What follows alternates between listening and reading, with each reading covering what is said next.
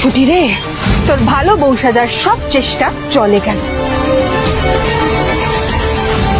পরিবারের সম্মান রক্ষা করার জন্য আমি নিজের জীবনেরও তোয়াক্কা করি। অভি ভাবতে থাকে যে ছুটিকে এভাবে রাগিয়ে দেওয়াটা আমার ঠিক হলো না।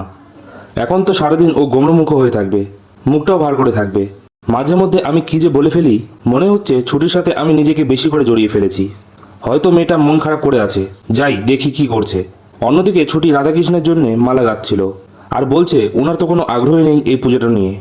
ভগবান ওনাকে যে কি দিয়ে বানিয়েছে একমাত্র ভগবানই জানে। অভি ছুটির সামনে এসেই থমকে যায়।